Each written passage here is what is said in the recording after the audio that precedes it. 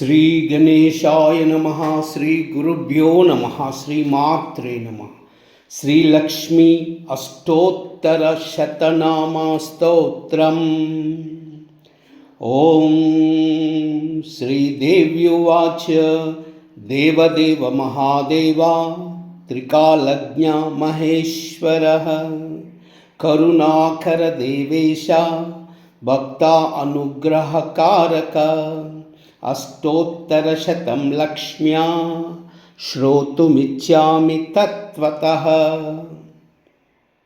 ఈశ్వర ఉవాచ దేవీ సాధు మహాభాగే మహాభాగ్యప్రదాయకం సర్వైశ్వర్యకరం పుణ్యం సర్వపాపప్రణాశనం సర్వదారిద్ర్యశమనం శ్రవణాత్ భక్తిముక్తిదం రాజవశ్యకరం దివ్యం గుహ్యాత్ గుహ్యతరం పరం దుర్లభం సర్వదేవానాం చతుషష్టికళాస్పదం పద్మాదీనాం పరాంతానాం నిధీనాం నిత్యదాయకం సమస్తదేవ సంసేవ్యం అనిమాద్యష్టసిద్ధికం.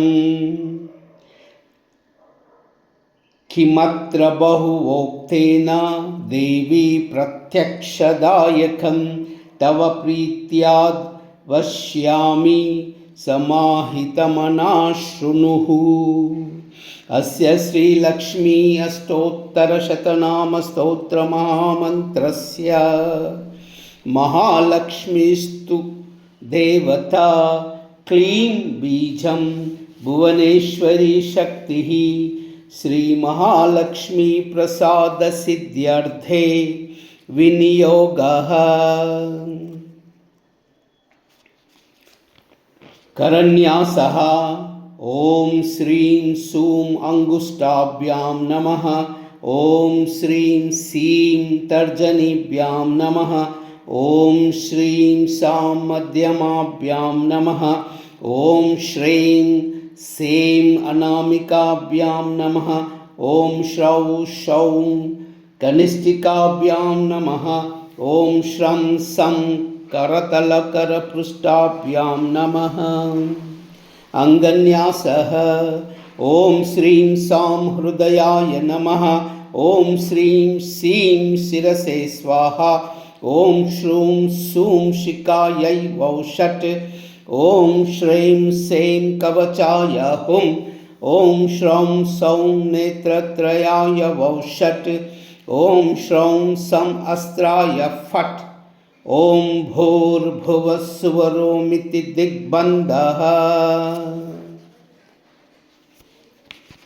ధ్యానం వందే పద్మకరాం ప్రసన్నవదనాం సౌభాగ్యదాం భాగ్యదాం అస్తాభ్యాం అభయప్రదాం మణిగణైర్ నానావిధైర్భూషితాం భక్తాభీష్టఫలప్రదాం హరిహర బ్రహ్మాదిభిः సేవితాం పార్శ్వే పంకజశంఖపద్మనిధిభిः యుక్తాం సదా శక్తిభిः. సరసిజనయనే సరోజహస్తే ధవళతరాం శుకగంధమాల్యశోభే భగవతీ హరివల్లభే మనోజ్ఞే త్రిభువనభూతికరీ ప్రసీద మహ్యం. ప్రకృతిం వికృతిం విద్యాం సర్వభూతహితప్రదాం శ్రద్ధాం విభూతిం సురభీం నమామి పరమాత్మికాం. వాచాం పద్మాలయాం పద్మాం శుచిస్వాహాం స్వదాసుదాం ధన్యాం హిరణ్మయీం లక్ష్మీం నిత్యపుష్టాం విభావరీం అదితిం చదితిం దీప్తాం వసుదాం వసుధారిణీం.